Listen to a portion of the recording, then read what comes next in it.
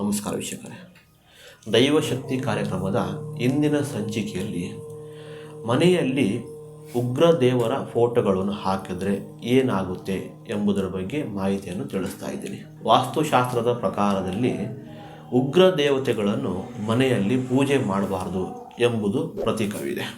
ಮುಖ್ಯವಾಗಿ ಉಗ್ರ ದೇವರ ಫೋಟೋಗಳನ್ನು ಇಡುವುದರಿಂದ ಮನೆಯಲ್ಲಿ ಅಶಾಂತಿ ಲಭಿಸುತ್ತೆ. ಮನೆಯಲ್ಲಿ ಕೆಟ್ಟ ಘಟನೆಗಳು ನಡೆಯುವಂಥದ್ದು, ಶುಭ ಕಾರ್ಯಗಳಿಗೆ ಅಡ್ಡಿಯಾಗುವಂಥದ್ದು, ದಾಂಪತ್ಯದಲ್ಲಿ ವಿನಾಕಾರಣ ಜಗಳ ಆಗುವಂಥದ್ದು, ಇನ್ನೂ ಹಲವಾರು ರೀತಿಯಲ್ಲಿ ಈ ಉಗ್ರ ದೇವರುಗಳ ಫೋಟೋ ಇಡುವುದರಿಂದ ಅಥವಾ ಮೂರ್ತಿಗಳಿಡುವುದರಿಂದ ಈ ಸಮಸ್ಯೆಗಳನ್ನು ಅನುಭವಿಸ್ತೀರಿ ಎಂಬುದು ಹೇಳಬಹುದು.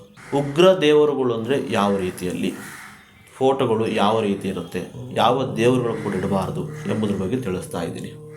ಮುಖ್ಯವಾಗಿ ಸಂಹಾರ ಮಾಡುವಂಥ ಫೋಟೋಗಳನ್ನು ಇಡಬಾರ್ದು. ನಾಲಿಗೆ ಚಾಚಿಕೊಂಡು ನಿಂತಿರುವ ಉಗ್ರ ರೀತಿಯಲ್ಲಿ ನಿಂತಿರುವಂಥ ಫೋಟೋಗಳನ್ನು ಯಾವುದೇ ಕಾರಣಕ್ಕೂ ಇಡಬಾರ್ದು.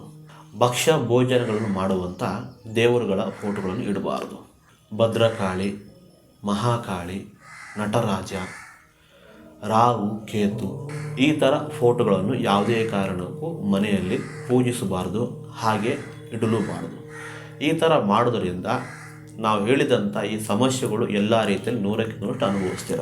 ಹಾಗಾಗಿ ಈ ಥರ ಏನೋ ಫೋಟೋಗಳು ಇದ್ದರೆ ಹಿಂದೆ ಅದನ್ನು ತೆಗೆದುಹಾಕಿ ಯಾವುದಾದ್ರೂ ಅರಳಿ ವೃಕ್ಷಕ್ಕೋ ಅಥವಾ ಎಕ್ಕದ ಗಿಡದಲ್ಲಿ ಹೋಗಿ ಸಮರ್ಪಣೆ ಮಾಡಿ ಬನ್ನಿ. ಎಂದಿಗೂ ಇಂಥ ಫೋಟೋಗಳನ್ನು ಮನೆಯಲ್ಲಿ ಪೂಜಿಸಬಾರದು. ಇದೇ ರೀತಿ ನಿಮಗೇನಾದರೂ ಸಮಸ್ಯೆಗಳು ಇದ್ದಲ್ಲಿ ಅಥವಾ ಇನ್ನು ಬೇರೆ ರೀತಿಯ ಸಮಸ್ಯೆಗಳು ಇದ್ದಲ್ಲಿ ನಮಗೆ ನೇರವಾಗಿ ಫೋನ್ ಮಾಡಿ ಅಥವಾ ಭೇಟಿಯಾಗಿ. ಧನ್ಯವಾದಗಳು.